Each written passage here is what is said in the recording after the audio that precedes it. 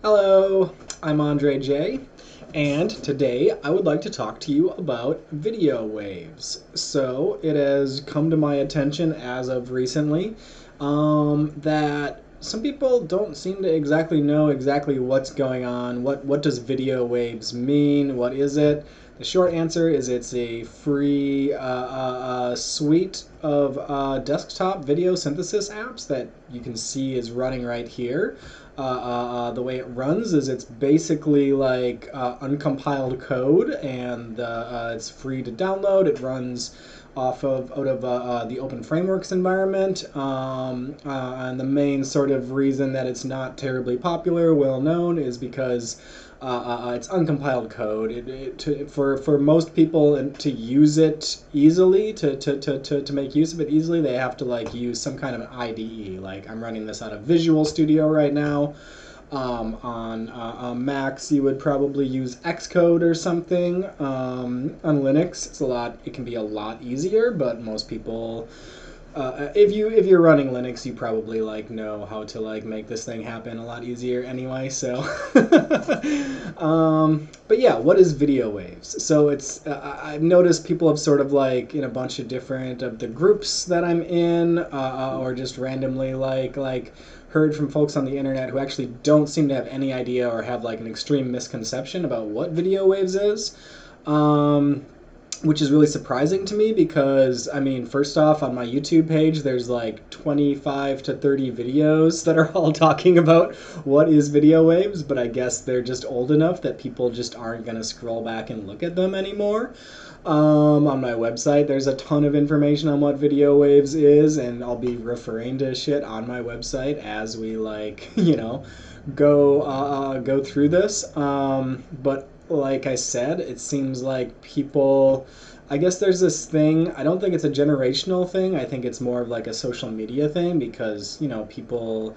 I noticed this among Gen Xers, among millennials, Gen Z, whatever. I think it just has more to do with like this sort of like the people who just like mainly use the internet through some kind of like social media based hub have a tendency to just sort of silo themselves and not really look for information. Something I've noticed a lot as I've sort of like drifted into this world of like, like selling things on the internet or just trying to like provide information on the internet is people are just like, oh my god, just make it easy for me. Put it all on one page, sum it up, give it to me so I don't have to click on more than one thing or scroll. Like, and that just sort of like it blows my mind slightly because like I don't know, it just seems like I've sort of like I personally, I started, I'm old enough to have used the internet in like 56K dial-up modem days. And I've always been like pretty suspicious and tried to have been like fairly intentional with how I use social media.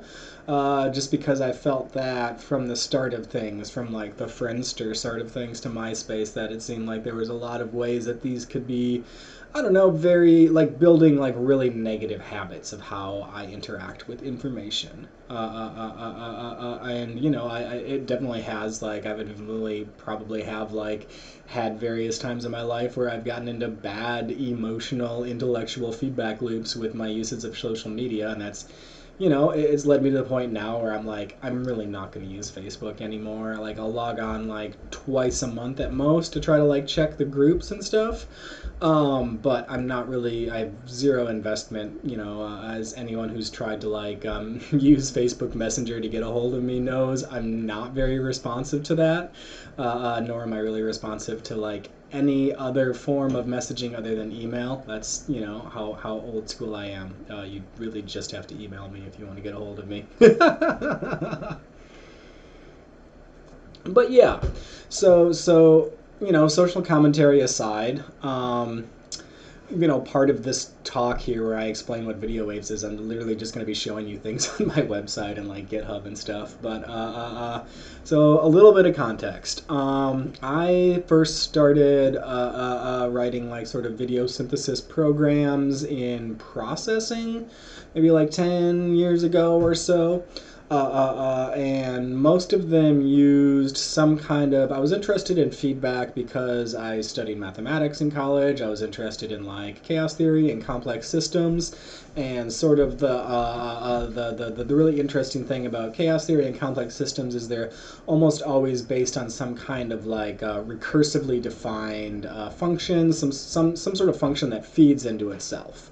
And what I was interested in with this was that it seemed like the way that you could get like really complex and interesting things to happen on really restricted environments was using sort of to use emergent properties of chaotic complex systems. So using feedback, I wasn't really using like explicit video feedback like I'm using here.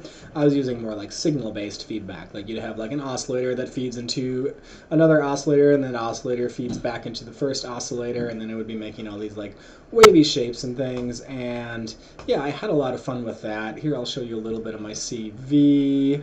So yeah, you can see this is literally just my website, but this is like some live AV performances from like 2014. Here's some stuff. This was also about the same time that I was getting into using like analog video with like my processing code. So like you can see here, this is the first video mixer I ever found. Didn't have a time-based corrector, so it was basically a dirty mixer. And this is me dirty mixing processing sketches along with some live feeds at like a glitch art festival opening thing. Here's some processing sketches. I did like a live performance using some video feedback and like some processing moire stuff at the KnobCon 2017. Here's a fun one you can see I did in Chicago using the same thing. You can see if you zoom in here, you can see that's a processing sketch right there. There's one of my portable processing video synthesis rigs there. You know, I have the janky ass stack of TVs doing some feedback. You can see a little bit in there. What else? You can see closer. This was the rig I used for like live performance. It was just like a stripped down PC that was like in like a Panasonic video camera suitcase with a stripped down like monitor for me to view things in here. And not pictured here is a little analog output. So we could do direct out analog into like video mixers and stuff. So I did that for a while. And then, you know, around like 2017, 2018, I started studying. So I had like video mixers and some video mixers and some video, like analog video gear at that point. And that was when I started getting into, you know, pointing the camera at the screen and like getting into the classic sort of camera feedback stuff. And I was getting interested into like how to sort of like replicate that sort of a thing in code. So the first program I wrote that really kind of explicitly did that would be this thing called Fractal Farm. Fractal Farm I released for folks to use. There was a couple of places that set it up at like little arcade installation things. Here's a little screenshot from one of them. It was pretty. It was basically useless to control for anyone but me because it was so fucking confusing. It used all the keys on the keyboard, like the typing keyboard, plus like a little MIDI controller to like do a couple extra things. It had a lot of very perplexing modes and was very poorly documented. But yeah, Fractal Farm was the first sort of precursor to this kind of Waaaves thing. Then later on, maybe like a year later, I developed sort of a more kind of useful version of Fractal Farm. Oh, I called it Fractal Farm because it was a way for you to farm fractals. You would be a fractal farmer. You would meet, grow, nurture, and sort of encourage fractal entities to exist. And it was also a really dumb name with some alliteration, and I thought it was just kind of like dumb enough to be great. Yeah, and then so yeah, like a year after that, I think I developed the first Waaaves, and that was Waaves. That was the point. I think I came up with that name because if you write it out like.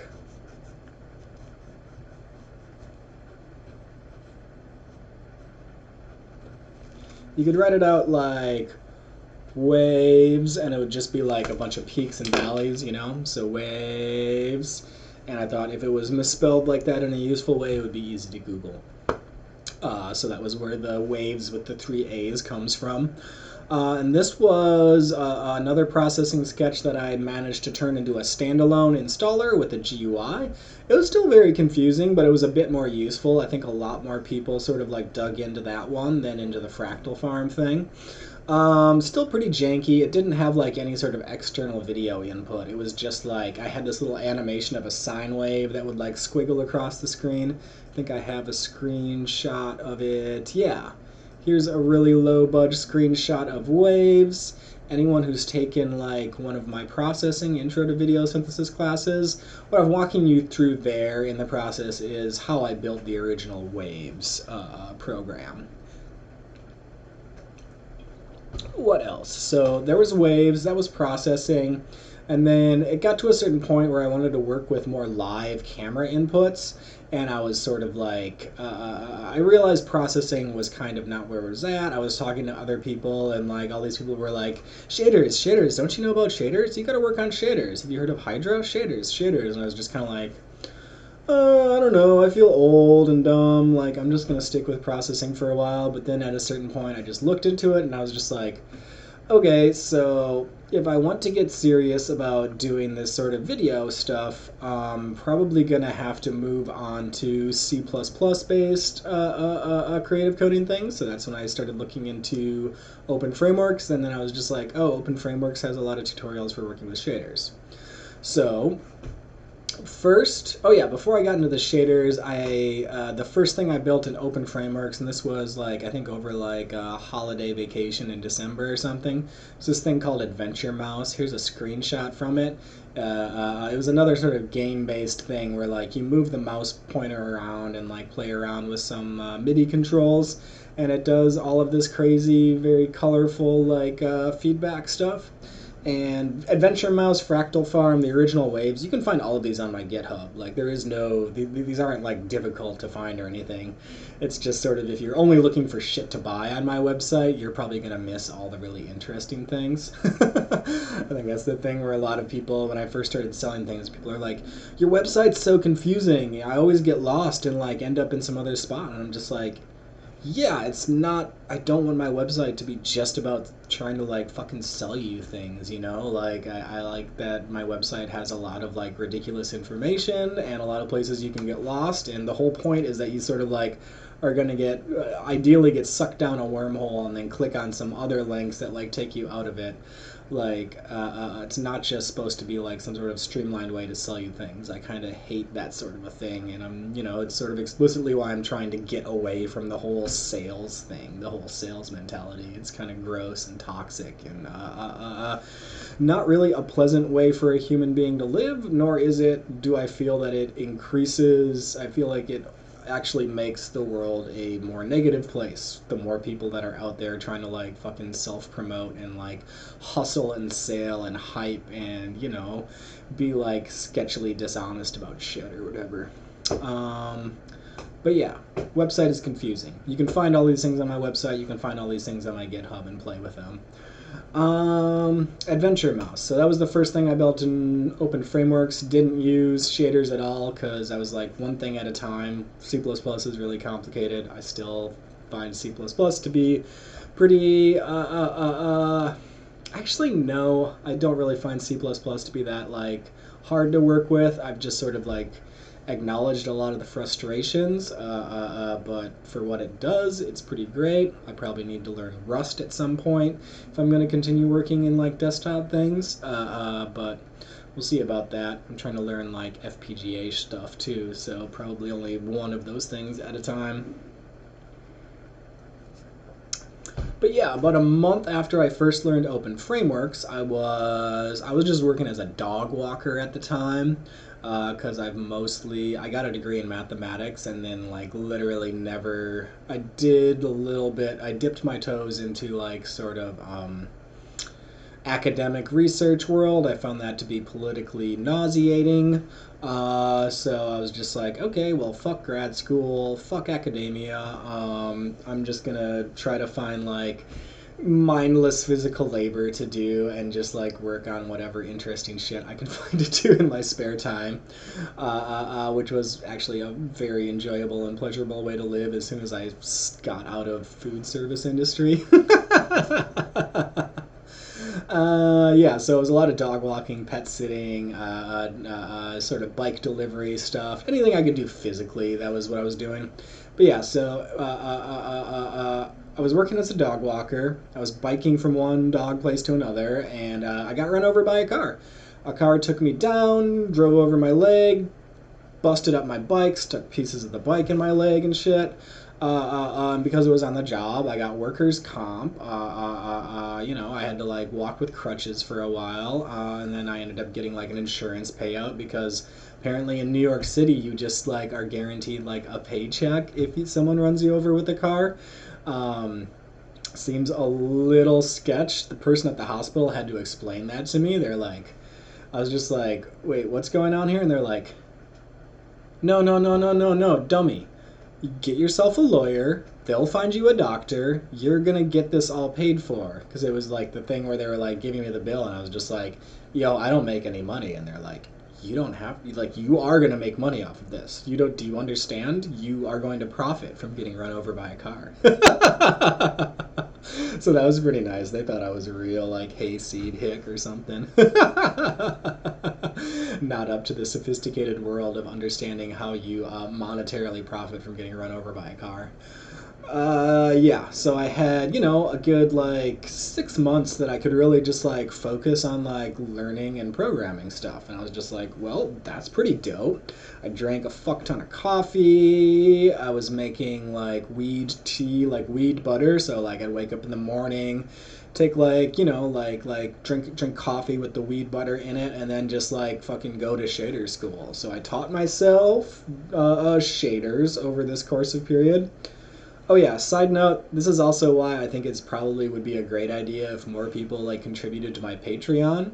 Because there's always this sort of idea where people have like, oh, if like you can't just like pay someone to do nothing because they're not going to do anything. They're just going to like fuck off and like watch Buffy the Vampire Slayer or Veronica Mars or something.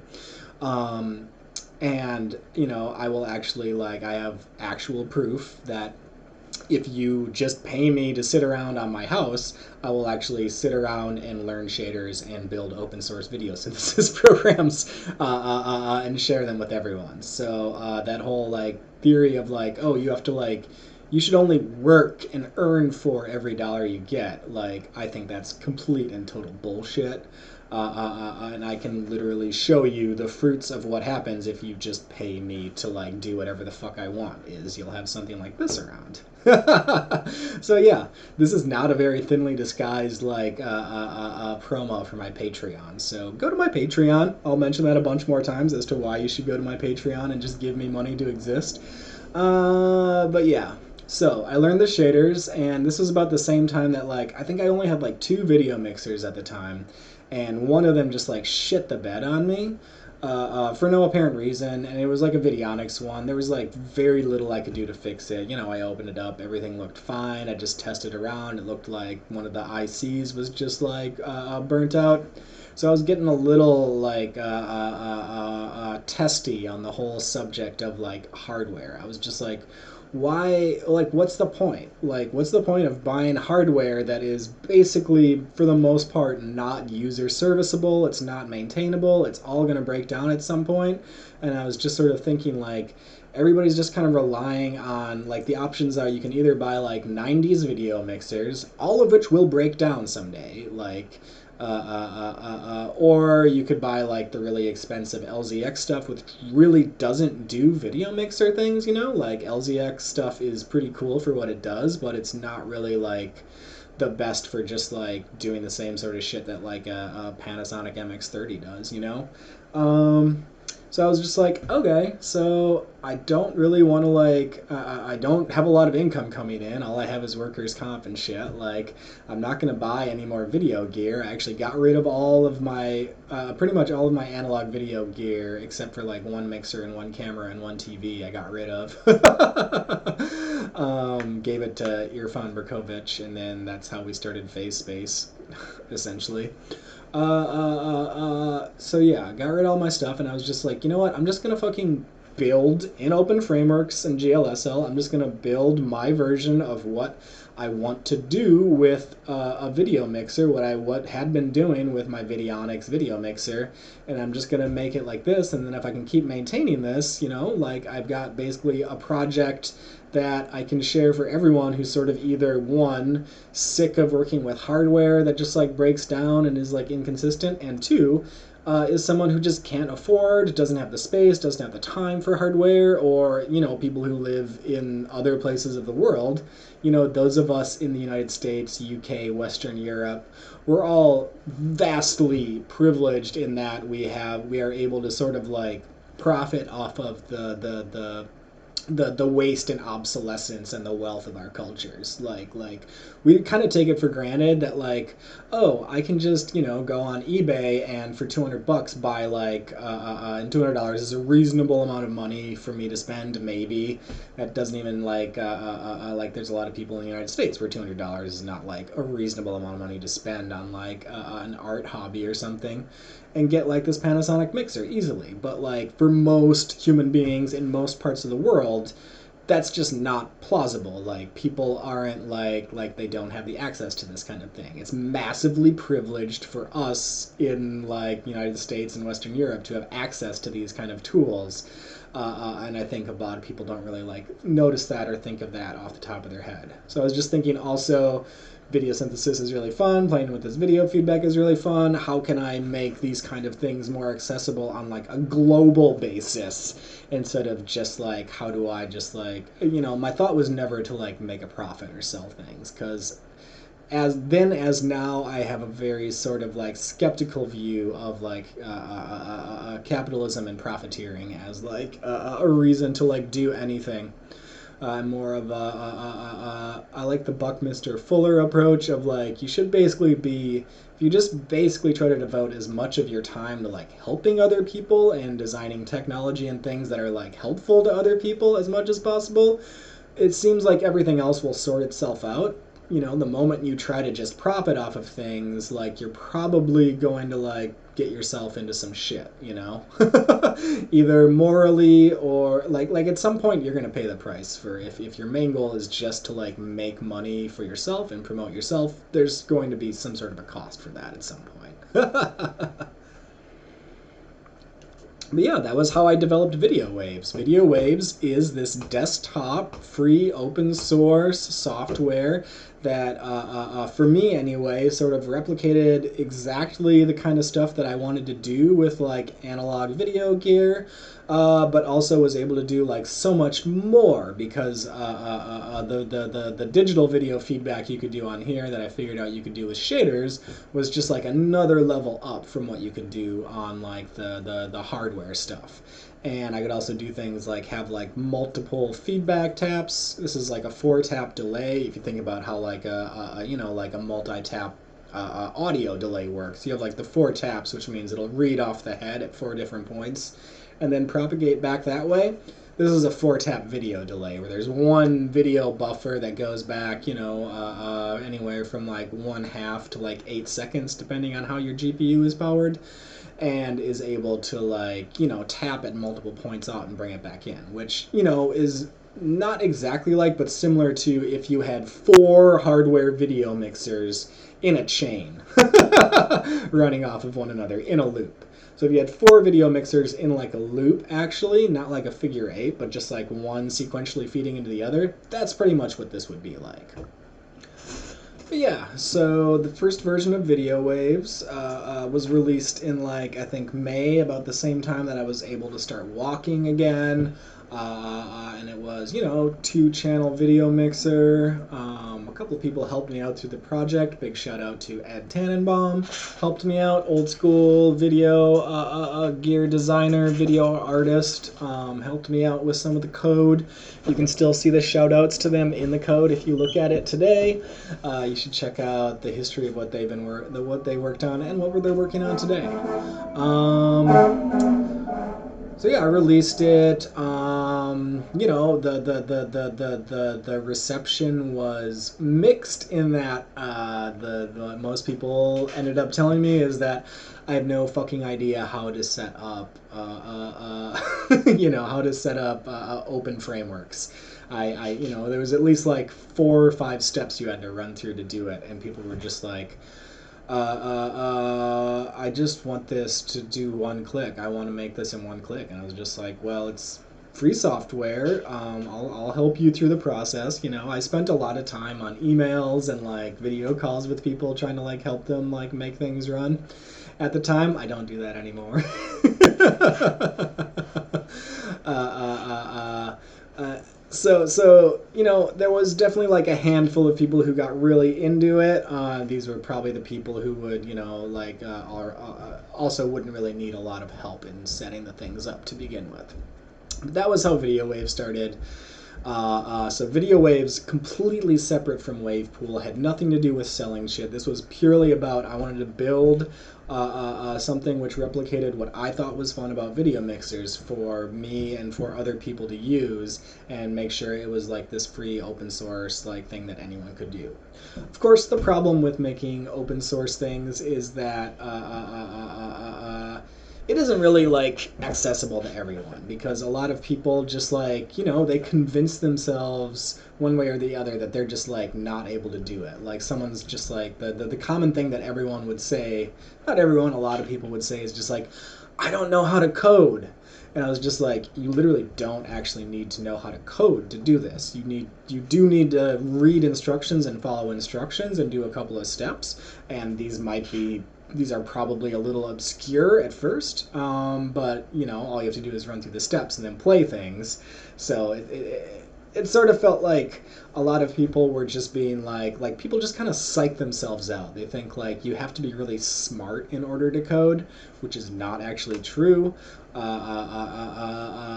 know, the most important thing about like trying to do anything that seems complicated to you on a computer is not that you're like smart, or you're like, nobody's born knowing this shit, you know, like I wasn't born knowing how to do any of these things. It's just about sort of not giving up. I'm sure some people have probably taken my coding classes by now, and they may have realized like I'm not actually that good at coding. Like I know certain things, I guess, because of like I had like the privilege of like going to like a fancy 4-year university and studying computer science and math. But I'm not really that great at coding. The only thing that's I think is really special about my approach and how I've been able to do really cool things with like the you know, video waves and other shit you see is that I just don't give up. Like a lot of people just seem to give up immediately. They're like, oh, it didn't work the first time, or this looks like there's just too many steps. I'm gonna give up before I even start. So I mean, I'm a little skeptical about people who are like, oh, I can't code, I'm never gonna do this. It's like, no one was born learning how to do this. Like you just learn how to do it, and the way you learn is by not giving up. That's sort of like, you know, when people are like, oh, like say like genius. People use the word genius or something. I'm just kind of like, I think when you say like someone, or when you characterize someone as a genius, a lot of the times if you like actually like talk to these people, or you like talk to them, you read what they've written, they're not like you know, remarkably especially talented at anything. They just have like goals, and they just don't give up on their goals. You know, like the whole thing of like Einstein was not very good at math. It took them a very long time to work shit out. They needed a lot of help with mathematics. So they were, you know, like people say that they're a genius because they just sort of had these weird dream ideas, and they just kept fucking banging their head against them until they like got like a very rigorous like theory of general and special relativity out of them. But the sort of genius thing for them was just like, it's not like they were like remarkably talented at math or physics to start with. Like they were sort of like, I'm not that great at this to begin with, but I'm going to overcome that sort of issue by just working harder at it. So, yeah, it's sort of like a thing where like I feel like people just give up too easily, and that's sort of like an issue. I think anyone could be a genius if they just like learn to like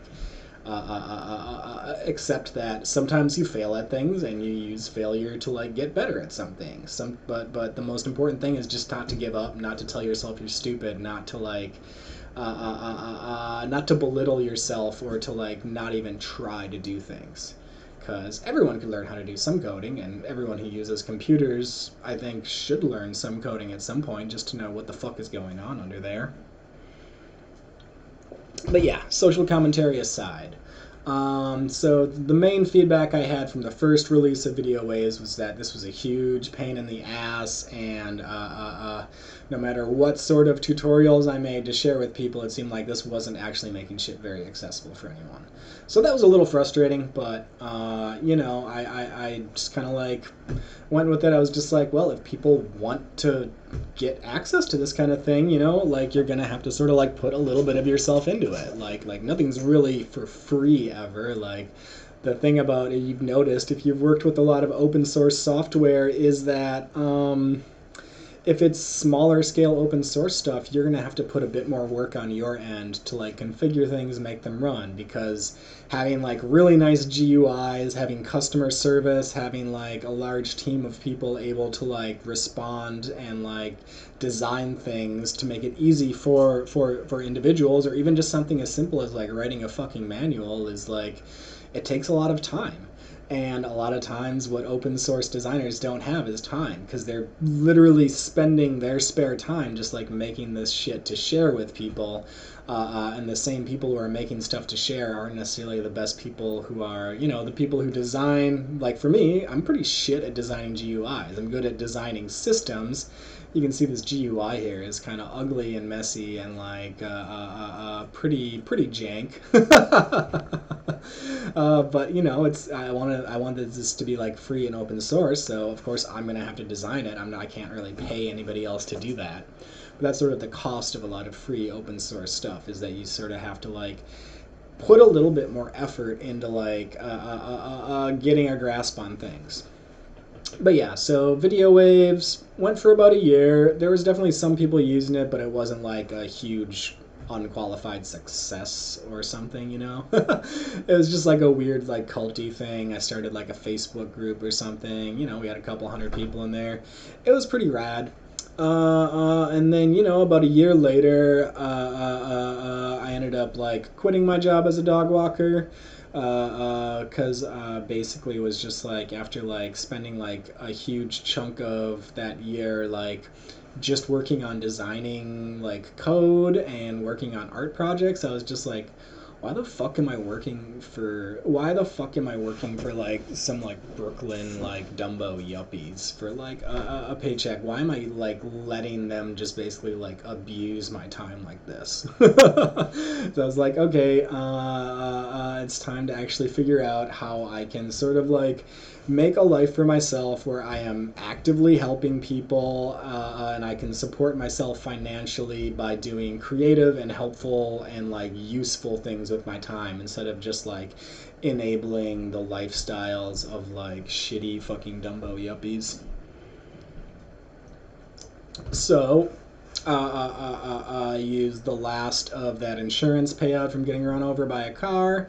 And, I sort of brainstormed. I figured the most likely way for me to make a living was through teaching. I would teach people code, I would teach people mathematics, I would teach people video synthesis, teaching people, and I still to this day that would sort of be my preferred method of like, if I literally have to work for some sort of like hourly income kind of thing, I would prefer it to be by teaching than anything else, because that's like, any way you slice it, teaching is helpful to people. Teaching does make the world a better place, I think.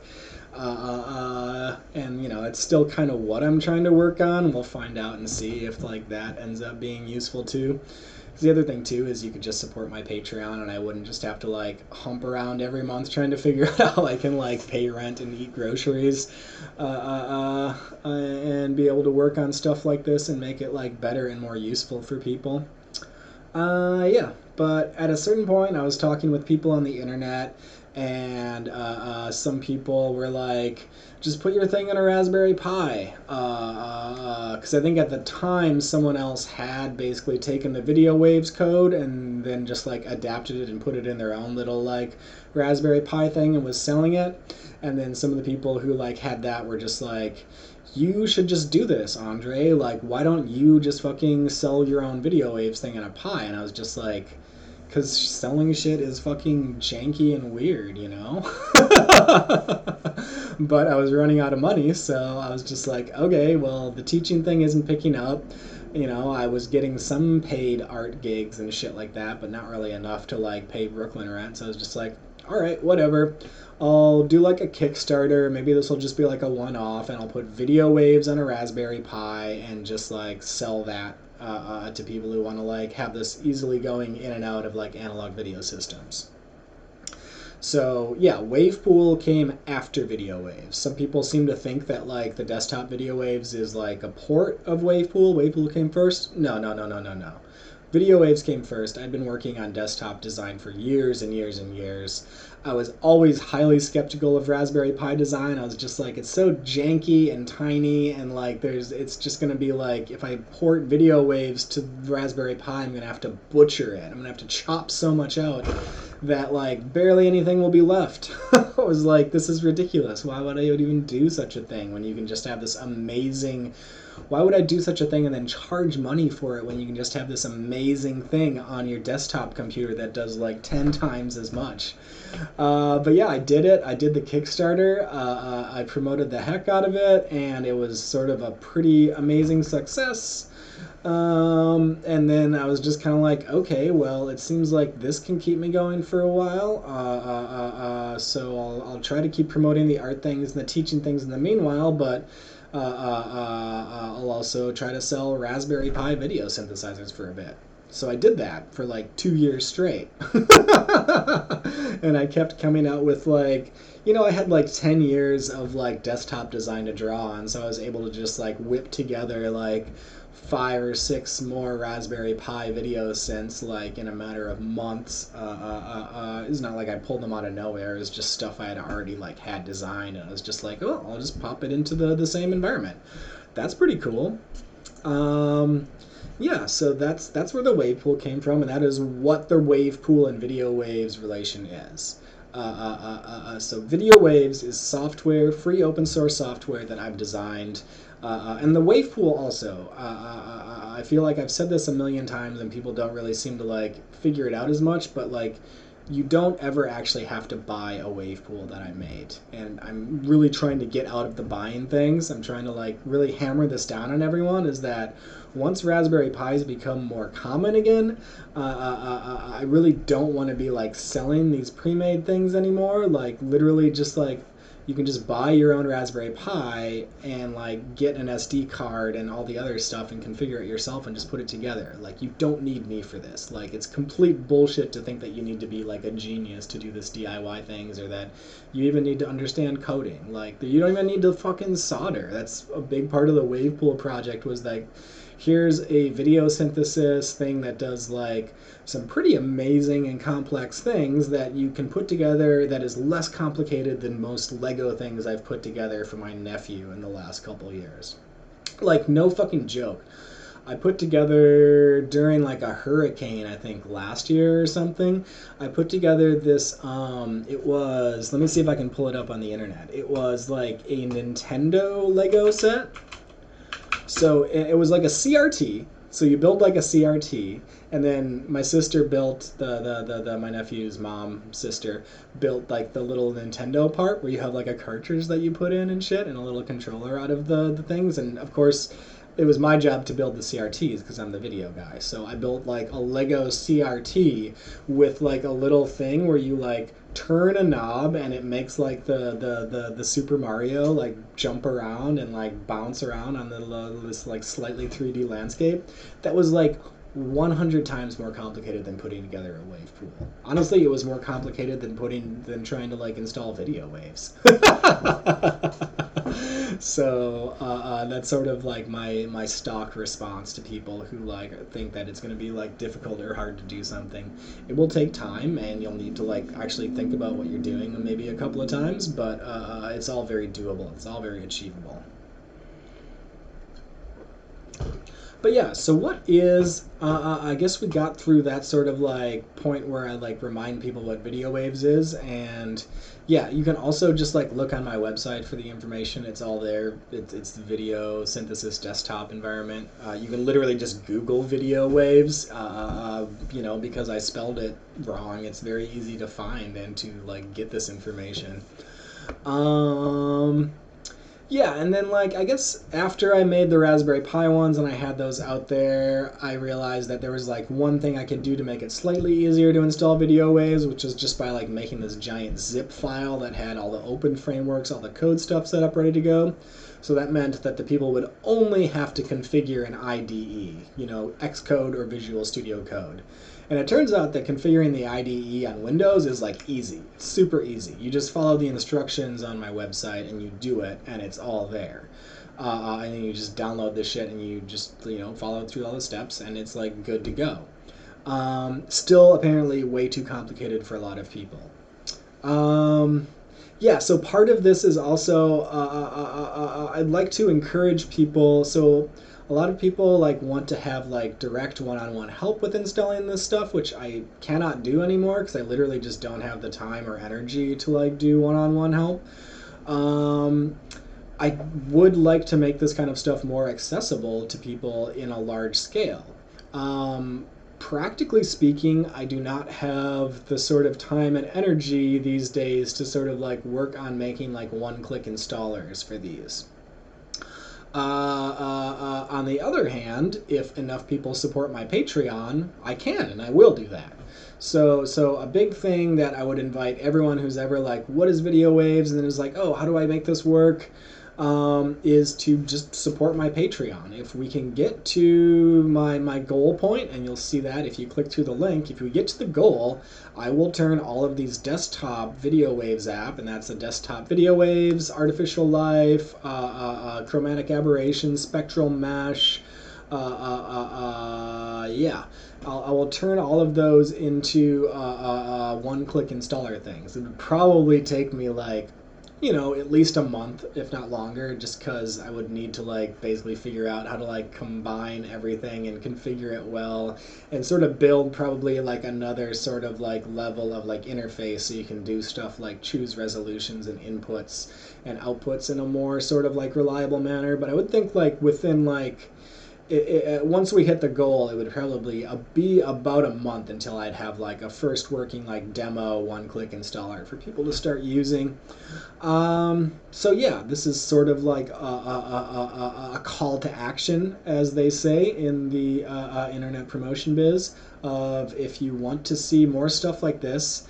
I would like to keep it like I don't really, a lot of people have told me just sell the software, and I'm just like, I'm really not into the whole idea of selling software. Like, it was very hard to convince me to sell fucking Raspberry Pi things. Like, it's basically going to be impossible for anyone to convince me to like put this together in a package and like sell it like all the other like proprietary shit, because I fundamentally don't believe that proprietary software even exists. I think it's imaginary. It's a lie. There is no such thing as proprietary software. Everything is crackable. Everything is piratable. Everything you make, whether or not you think you've like, and nothing you have made you've actually invented. No one has actually invented any single one thing from scratch, from the ground up. Everything is built out of ideas that someone else had. Everything that is code-based is built out of code that somebody else wrote. Like, nothing is yours, nothing belongs to you. You don't deserve any money for building things. I don't deserve any money for building things.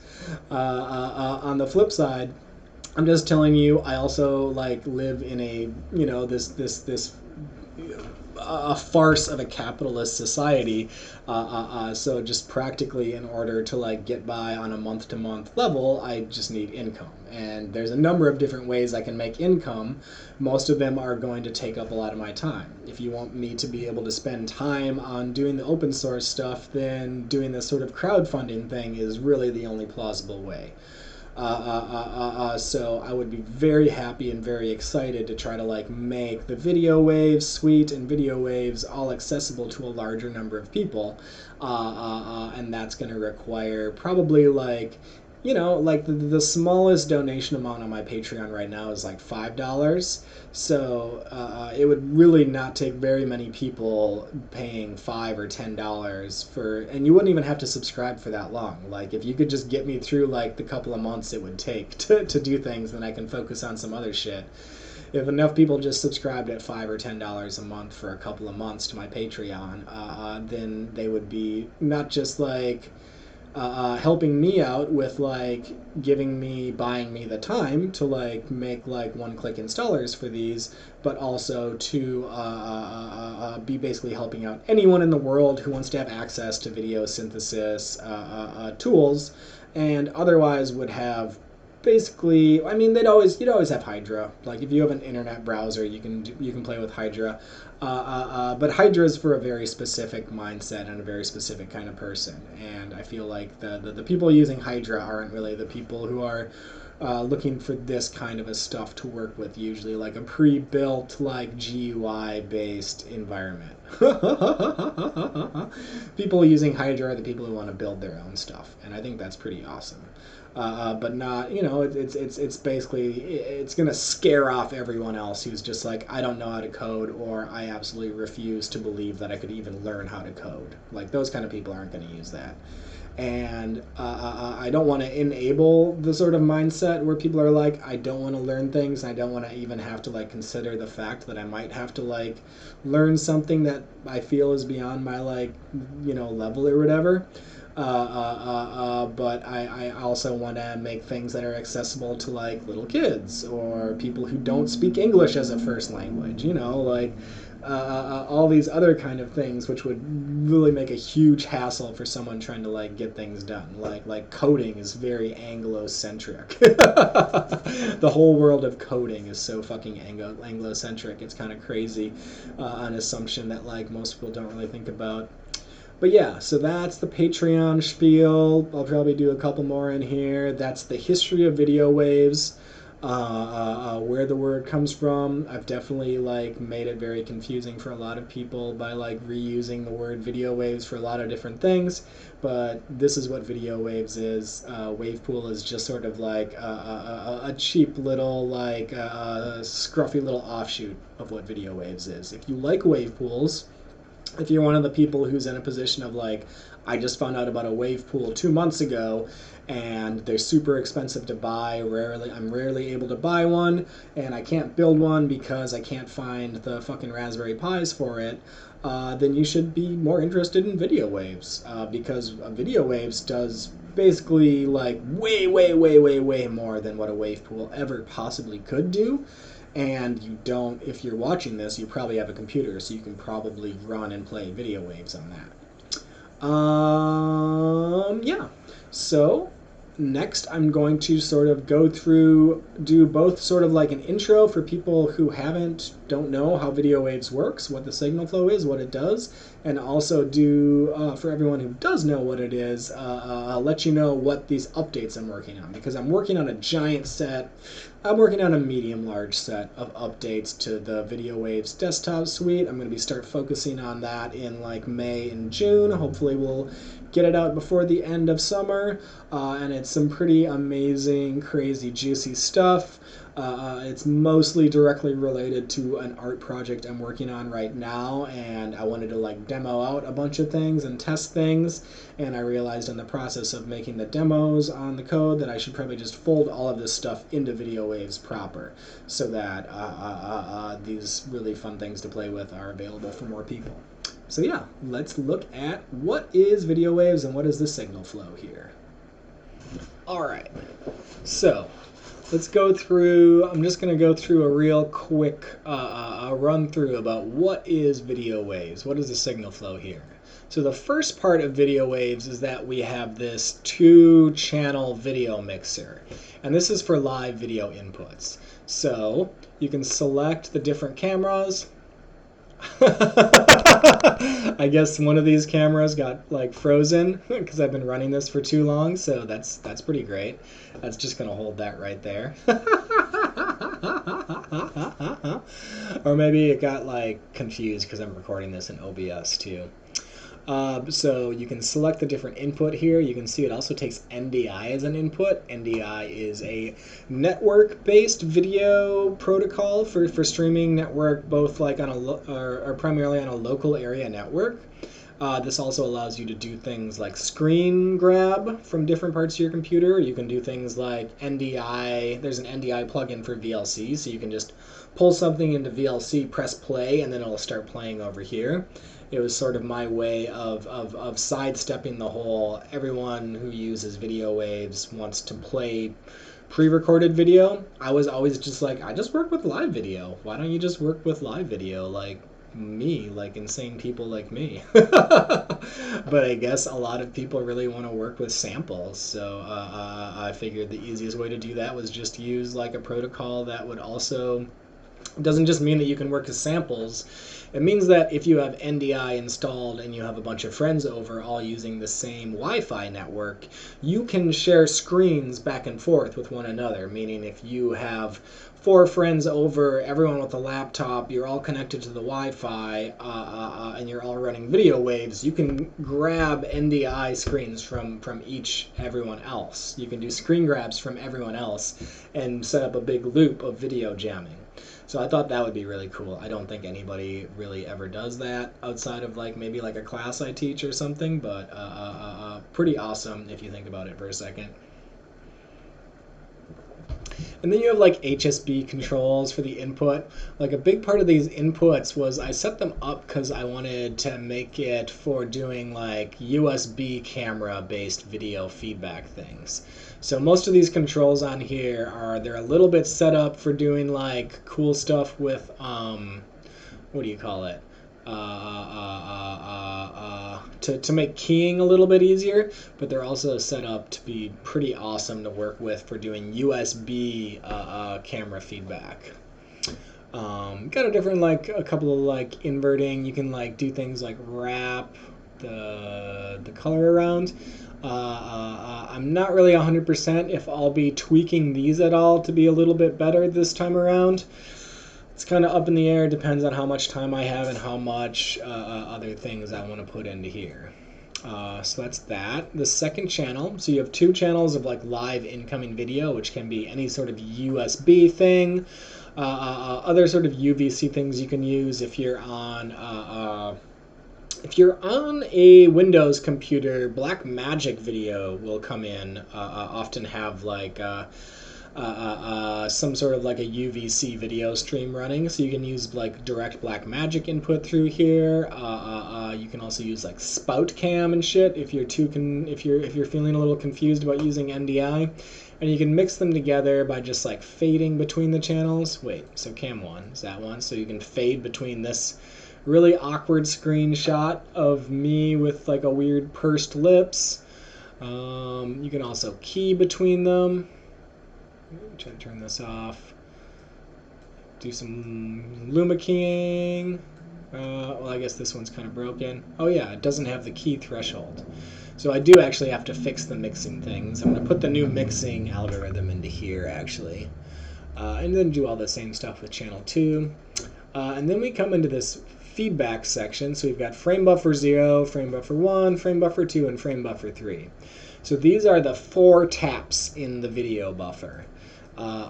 And this is also where we start talking about the sort of like new things that are happening. So the main new thing that I've already got sort of implemented and tested in here is a whole new mixing algorithm. So we're able to do, it's a cleaner Luma key for starters. Rewrote the algorithm for Luma keying, and there's also a chroma key option too, which gives you a little color that shows you what sort of color you're picking. So there's now chroma keying involved. You can switch between those. Another neat thing you can do here is you can switch the order. So you can key the feedback on top of the video instead of under it. So this was a pretty neat thing. I'd been thinking about doing this forever and just kind of like kept forgetting to do it, but So you can now do, or we can set this back up to Luma key. So you can key your feedback on top of things and make for some pretty wild, like different sorts of effects. So you can see what that means here. Whoop. And at the moment, the keying thing is a little bit backwards, a little bit confusing. I might tweak it, or I might just, try to write like a more useful manual for this one to show people like what exactly is going on with this shit. You can control the delay amount, which is usually pretty helpful, especially when you've got this kind of a thing going on. So if we control the bright, saturation, and hue, this is all sort of the same thing. So these things I was able to put into the wave pool. You can control geometry. Oh, those are the ranges. You can control the geometry here, so we can have things kind of like drifting off like that. That's pretty gnarly. Other new things is we have a couple of different mixing modes we can work with. So the original mix was just, like fade in and out. But I've also changed some different like overflow ways, so we can like wrap signals around, which can do some pretty interesting things. There we go. There's some wrapped signals. Get some pretty crazy noise. You can fold the signals over. Whoa, noisy as fuck, yo. And another pretty interesting one is we've got different mixing modes now. So we can do additive. We can do difference mixing. We can do multiplicative mixing with the feedback. All of which can get into some pretty, a lot of people have asked me to make like data moshing or glitch art things, which I'm not really super interested in ever doing, but I do make sure that within Video Waves itself, you can do a lot of fucking pretty glitchy looking stuff. It's all very intentional on my part. So none of it is any sort of true glitch or whatever if you want to get into the aesthetics of it. But it definitely will have glitch aesthetic if you're interested in that.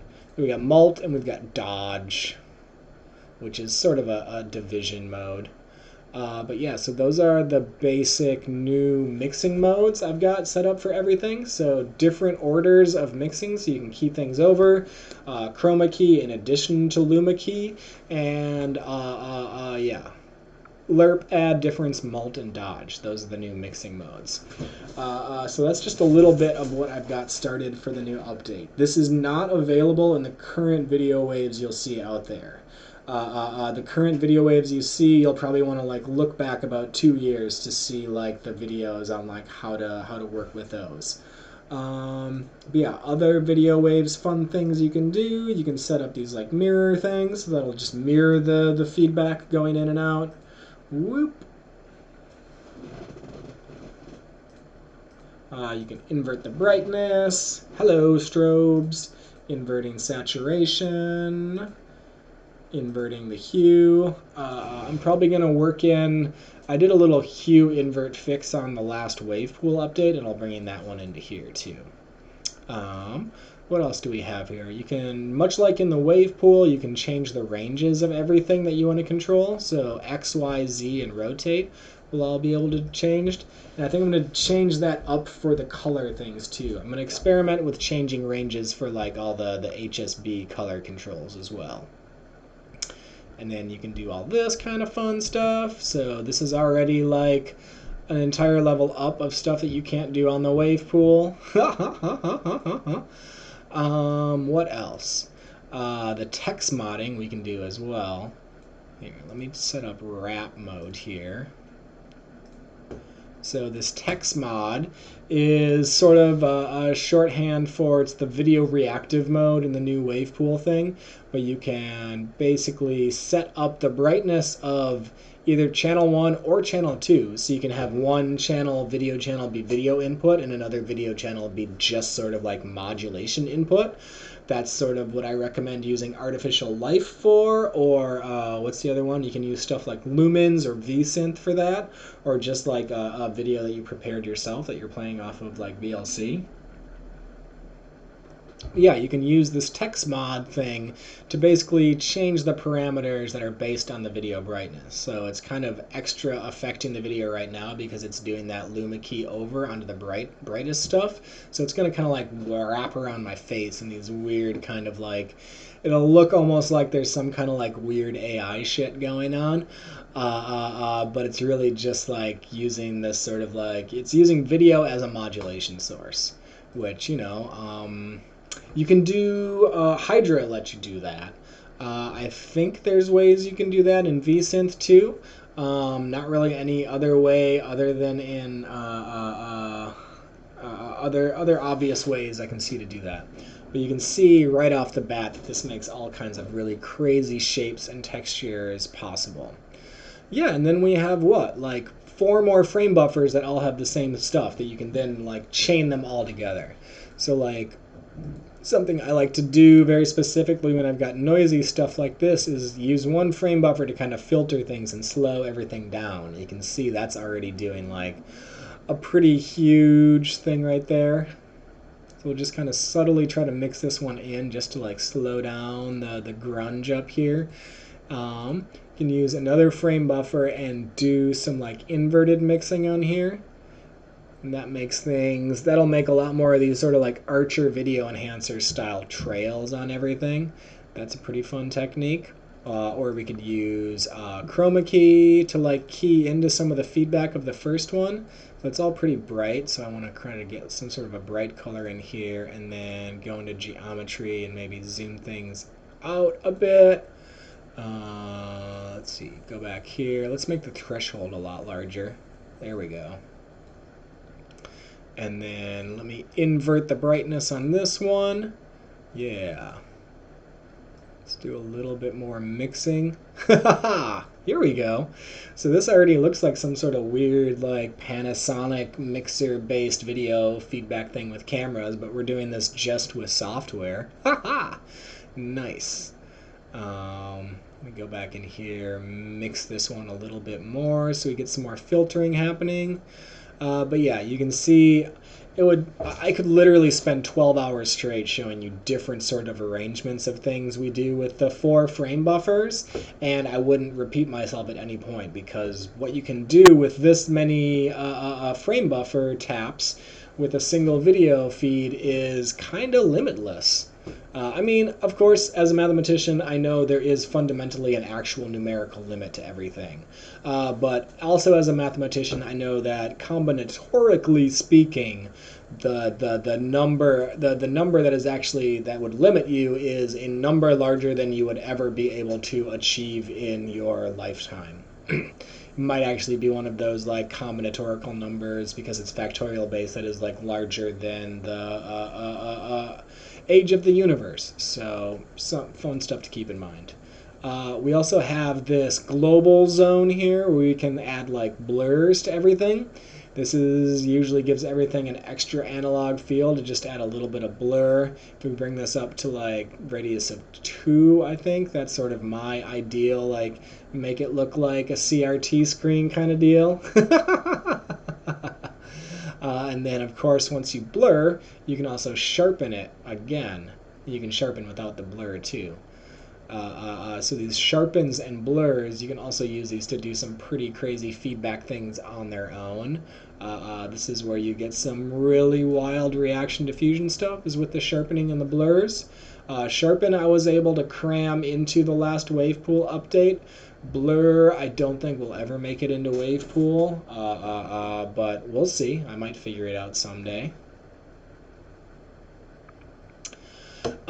Yeah, and I guess the other thing, I'll probably make 2 more separate videos because there's going to be 2 kind of like sideways versions of Video Waves that will be released for the next update. One of them will have a fundamentally different, I'm building one from the bottom up that has 2 independent frame buffers to draw from. The reason I did that is because over the winter, this last winter, I started playing a lot with plugging one wave pool into the other, and just realizing that if I want to make stuff that really looks like DMT hallucinations, multiple frame buffers that have separate loops that you can like run one into the other or run them parallel into one another was pretty crucial. So we're gonna have the dual delay. I don't know what I'm going to call that one. The test version right now is called dual delay line. I'll make another video that like runs through that one soon. And then there's Gravity Waves, which is the large scale hardware video mixer project I've been working on, which honestly seems not terribly likely to happen anytime soon unless I can figure out some other way to get like more money coming in. So that's another reason to support the Patreon, is if you want to see the Andre J hardware video mixer happening. I need to have a lot more steady income coming in that doesn't directly need me to be like humping and promoting sales and working on like sales shit all the time. The same way that I designed all this stuff to begin with was just, having like the workers' comp and like the insurance payout, like getting run over by a car. So I would prefer not to rely entirely on getting run over by cars in order to develop open source stuff. Unfortunately, this means that like it might that I need to sort of rely on basically like this Patreon thing, or just like getting enough random like video art gigs that will pay for things. So in a very real way, this is kind of up to everyone out there who's watching this. I really, I'm getting kind of burned out on self-promotion and all that bullshit recently. So it's kind of up to like everyone in the world. If you want to like see more of this stuff happen, if you want to have more access to things like this, if you want to, just make it easier for me to design this kind of shit and make it easier for everyone to use, it's kind of up to y'alls to sort of like, step up and try to, contribute to my Patreon, convince other people to do the same. Whatever sort of like standard PBS fundraiser things people say for this kind of stuff. I'm not terribly good at it. I also just know that if the Patreon thing doesn't work out, I'll just figure out other ways to make money, and unfortunately, they probably will not leave me a lot of extra time to like work on developing things like this. I would prefer to work on developing things like this that are available for like everyone to use. But such is life, it might not be how things work out. Hopefully I won't be going directly back to dog walking. I definitely won't be going back to being a line cook. Ideally, it won't have anything to do with academia either. Maybe I'll just go back and be a farmer again or some shit. But yeah, so that's actually a very large amount of information on video waves. Oh yeah, there's also these like extra little like ridiculous effects functions in here. I built a pixelate thing. It was originally about I was exploring ways to like sort of simulate trying to figure out ways to like get the sort of like liquid looking feedback things, and this was pretty good for that, using some weird stuff that I built in that is pretty confusing to use. But there's these like individual pixelators you can use for each one of the frame buffers. Whoop. Pretty grungy. Yeah. And then the other sideways thing I'm working on is called Gravity Waves, and I'm gonna try to put as much of the crazy geometry and color stuff from Gravity Waves that I developed into Video Waves and its sideways program. And I'll probably just release the jank-ass demo of Gravity Waves that I have for desktops when I do the Video Waves version 2.718 release. Yeah, so that's about it for this video. If I haven't said it enough times, I'll say it again right now. Think about supporting my Patreon if you're interested in seeing more development. You can also support my Patreon if you just find it amusing to watch me make nonsense videos like this, where I say somewhat sort of edutainment kind of things while bobbing my head around in video feedback, because that's also something that's pretty fun for me to make, but I don't end up having a lot of time to do that if I've got to like hump around grinding to make rent. So, yeah, I guess that's about it for this episode of Andre Rambles on YouTube. Yeah, so I guess until next time, have fun. Let me know what you might be interested in seeing for the Video Waves update. Join the Patreon. I'm gonna put a poll up soon where people can like vote on a couple of extra features that I'll try to put in. Some of them will probably have like cost limits, like if you want to be able to just drag and drop and put a video file in things. I think I can set up like just like a simple like monetary goal for like drag and drop video playing. Other things like adding like wipes. A lot of people really like to have like all the circle wipes, square wipes, like the geometrical wipes things, and I'm pretty sure I could add that in without too much difficulty. So that might just be like a free goal to add. But yeah, I'll add some shit in, put some goals. Keep in mind, if your goal is for me to make this audio reactive, that would probably be a large monetary goal, because that's a huge pain in the ass to do. All right. As always, have fun and see you next time.